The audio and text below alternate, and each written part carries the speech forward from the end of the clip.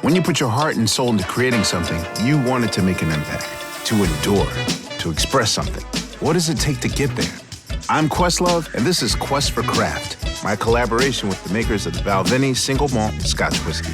A deep dive into the obsessive, never-ending, whatever-it-takes journey to create something extraordinary. Crafting something doesn't take place in a vacuum. Where you are and what surrounds you can inspire you. It can give you comfort, or it can challenge you. I sat down with Fran Lebowitz, a writer whose career and persona are inextricably linked to New York City. And we talked about connections between craft and place, how everything from the people around you to the ground you're walking on has an effect on what you create. Fran, how are you? I haven't decided yet. I'll let you know. I expected that. So I know that location and place is crucial to like a creative work. How central is place to you? I used to laugh at people that had like their little cabins up in upstate or whatever to write. And then I learned that, silence helps creativity. But for you, have you done anything outside of New York? Well, I mean, silence is extremely important to me, which is terrible because I live in New York. So, which is the noisiest place on the planet. Mm-hmm. Numerous times I've rented places outside of New York because of the noise. And so that's okay. It certainly is quieter. I mean, although the first time I rented a place outside of New York, I discovered something I never heard of before, leaf blowers. So I thought, I actually couldn't even imagine what the sound was. It's horrible. You probably heard of them. I had never even heard of them. So leaf blowers, lawn mowers. I mean, I actually found the country to be too noisy. So the quiet is very important to me, but New York is really important to me. New York is centrally important to me in every way. So how does place shape your craft as a writer? Mine specifically, or it's very important to writers. Possibly more important to writers than any other kind of artist, because it's the least universal of languages. Whereas you think, I think music is the most. A totally new musical language can instantly affect someone who never heard it before. That's not possible with writing. It's a very important place for writers. There's less of this now than there used to be, but American writing used to be quite regional. But I think it's profoundly important. Do you feel as though you are the face or the idea of New York or what we think of New York? No, there's no such thing. People may think that, that's the great thing about New York. There's no such thing. There's no one New York. When people say to me, what's your idea of a real New Yorker? And to me, a real New Yorker is, they could be here a month or 100 years. A real New Yorker is someone who, the first time something changes in their neighborhood, they complain about it. They could be here a week and they go, hey, my dry cleaner's closed. All right. What happened? Where's my dry cleaners? Also, New Yorkers are people who feel that they own things they don't even rent. My dry cleaners, really, is your dry cleaner. Hey, someone's at my table in the restaurant. I always say to people, there's 50 people who think that's their table. Right. So that's a New Yorker. Someone who complains about something that changed, even though, truthfully, I believe profoundly, New Yorkers like change. Otherwise, you wouldn't live here. Because but we constantly complain about it. It's the nature of cities to change. That's why people who like cities like them. You know what hasn't changed almost at all in my entire life? Westchester. If you want something to be the same, go there. And there are a lot of people, they left, I'm sure you were aware of this, it was constantly in the press. People are leaving New York, they're going to the suburbs. People suddenly discovered, guess what? I can have a backyard. And I really thought, really, if you think a backyard is a good substitute for New York, go. There's nothing, you're not a horrible person, but really, we don't need you. If you had to leave New York City, could you name 5 of the places that you would want to settle in for, the remainder of your life? No.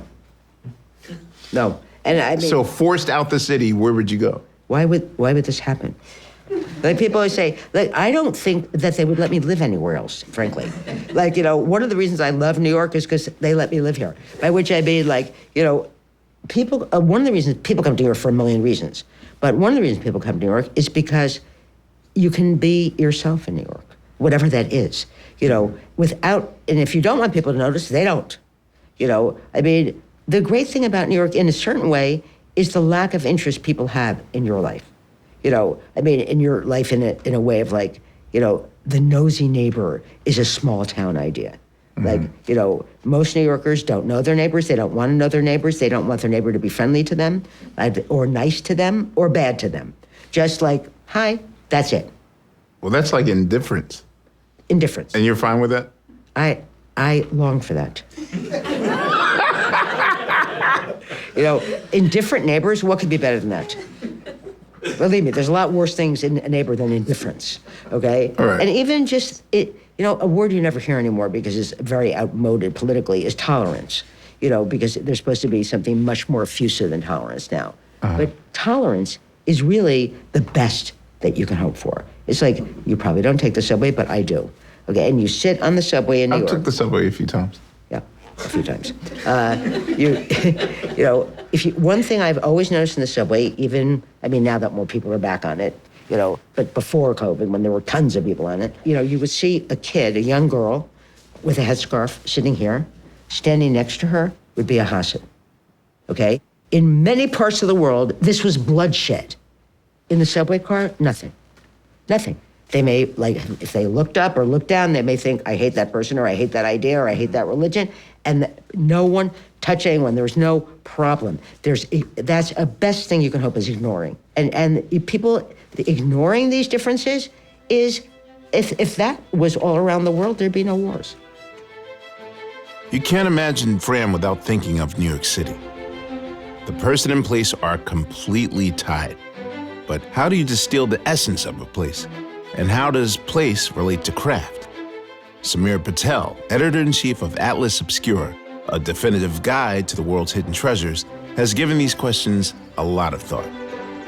Place sounds like a simple idea, but there are a lot of factors that contribute to what we think of as a sense of place. There's the nature in a place, the topography, the geology, the plant life that grows there. But there's also the history that underlies a place. In some cases, thousands of years of human history in a place that builds up in layers over time to contribute to the sense of place that we get. And then there's the contemporary culture that exists there, the people, the things that they make, the craft, the food, the music, everything that emerges from a place all contributes to what we think of as a sense of place now, but there are a lot of layers to it. One place that immediately comes to mind where you see cultural currents coming together to create a unique culture and unique craft products is New Orleans. You have the American South, there's a colonial history there. That's where the French Acadians were exiled, so Cajun culture emerges. It was heavily involved in the trade in enslaved people, so there's a strong West African cultural influence. You see Cajun music and Zydeco having influences from French violin, from the accordions of German Jews, West African percussion, Native American vocals. So you get a musical style that could only happen in this place. There's another place where the geography and the topography and the natural world actually have influenced hundreds of years of a particular culture and craft, and that's in the Val di Fiemme in northern Italy, where the spruce trees have been used to make soundboards for violins and pianos. And the reason that they're so good has to do with the setting, which is that they don't get as much sun, so they actually grow more slowly. The soil, which is low in minerals, so the wood is light, but it still has a tight fiber. And 2 or 3 out of every 1,000 of these trees is perfect for Stradivarius. Stradivarius used this kind of wood.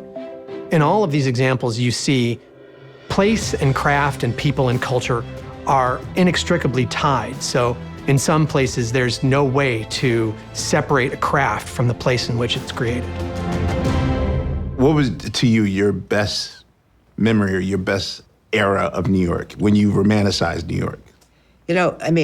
I've thought a lot about this because for the past at least 20 years, maybe more, probably more, kids come up to me in the street and say to me, I wish I lived in New York in the 70s. It seemed like it was so much more fun, mm-hmm. And because of this, and because I thought about it a lot. Was New York more fun in the 70s? I was in my 20s in the 70s. So, I will tell you this, it's more fun to be in your 20s than your 70s. So, and I know this for a fact. So, and I also know that when I was young, I didn't go up to old people in the street and say, I wish I lived in New York in the 30s. So I don't really think it's a great thing for kids to feel this way. So New York was, of course, incredibly different, in the 70s than it is now. And that when people talk about the 80s, I kind of laugh. The 80s to me were kind of meaningless. The 80s were, they were not nearly as interesting to me as the 70s. But it really depends how old you are. When did you start thinking about this? When were you 22? When did you come to New York? When were you a kid? The generation you're in, and I don't mean the generations that people make up for documentaries, but the real generation that you're in is as least as important to your sensibility as things that people concentrate on now. It's at least as important as your race, as your ethnicity, as your gender. It's really important because that really forms you. I always tell kids, I don't know, but I'm telling you this. If how old are you? They're 22. Have fun now, because life doesn't get more and more fun. And that doesn't matter when you're in your 20s or 70s. Can time also be a place? Like, is 1986 as much as a place as New York is a place? In a certain way, yes. In a certain way, a time is a place. I agree with that. But it's only in a certain way. It's not actually a place. And there's a difference. Although now there isn't, because I, as you may or may not know, don't have any of these modern devices. I don't have a phone, I don't have a computer, I don't have any of these things. And I've been traveling a huge, horrible amount, and I notice that no matter where I am in the world, I am without question the angriest person in the airport. And that is because I realize that I am the only person in the airport, even though there's 1,000 people around me, because everyone's on their phone. So if the plane is delayed, not if, when the plane is delayed 2.5 hours, it matters much less to everyone else than it matters to me. Because they're on their phone, that's what they'd be doing no matter where they are. Wherever they are on the phone, which, a different place for every person, is, I know without question, undoubtedly better than the Seattle airport, because there's no place not better than the Seattle airport. So an era or a year, does have some geographical component to it. I understand what you mean by that. You are, whether you like it or not, a pop culture figure. It's as much today as you ever were. How can you do that without technology? Well, I don't know, because I don't have it. But it isn't modern technology. I don't like. It's machines. Okay. I never had typewriter. I didn't have the old machines. Okay, so I've never, I have a... You'd never had a typewriter? Never. So when you write, you manuscript? How good's your penmanship? Very bad. And worse. Doctor bed? Yes, doctor bed without the medical education. I have an antipathy with machines. I'm the sort of person that when a machine breaks, I hit it. Then I beg it. Please don't break. Because it seems to me like if a washing machine breaks, who could possibly fix something as complicated as a washing machine? Not me. I know that for a fact. For a crystal clear relationship between place and craft, look no further than the Balvenie, which has been made in Dufftown, Scotland since 1892. A tiny, idyllic town with fewer than 1,600 residents, 1 fish and chips joint, and 0 Starbucks. Dufftown is the Silicon Valley of whiskey, with likely the greatest concentration of whiskey craftspeople in the world. Rooted in this remote location, the Balvenie is one of the few distilleries in the world to practice all their traditional crafts on site, using water from their own springs, barley from their own 1,000-acre farm, barrels maintained in their own cooperage, and a tight-knit community of people with whiskey in their blood to craft a single malt that is literally a distillation of the place it comes from and the time it began. All right, so I have one more final thing. Can you and I visit New York virtually for like 3 minutes? Sure, I don't even know what you mean, but fine. Bring in the equipment. Oh, you mean Oh my God, I can tell just by the way you're looking at what they're bringing in. So this is how we can visit places and times in New York City. Wait, her head is way smaller than mine. All right, what do you see right now? The World Trade Center's trade station, subway station. This is not exactly a dream come true. Have you heard of the reference of the meta world? I have. Yeah. They're like charging money, and you can own like property in the meta world. Like if you want to buy an apartment or buy a house or whatever. Yeah. In the meta world. I bet it's easier to buy than to sell. Yes. So this is not exciting you at all? This is kind of amazing. I agree. Yes. Yo, in all my years of knowing her, she's never succumbed to modern technology. But you're showing me, every place you're showing me, there's a billion tourists. Well, yeah, but they're not going to bother you. You just... Well, I think I'm the judge of that. They're bothering me now. I think I've piqued your curiosity right now. This is an amazing feat. I'd never thought this would happen in my lifetime. Fran, I want to thank you for doing this for me. You're welcome. I appreciate it. Fran Lebowitz, ladies and gentlemen. This place, Electric Lady Studios, is a cornerstone of my own creativity. When I'm here, I feel connected to Stevie Wonder, Gil Scott-Heron, D'Angelo, and other artists whose work has lived in my head since I was a kid.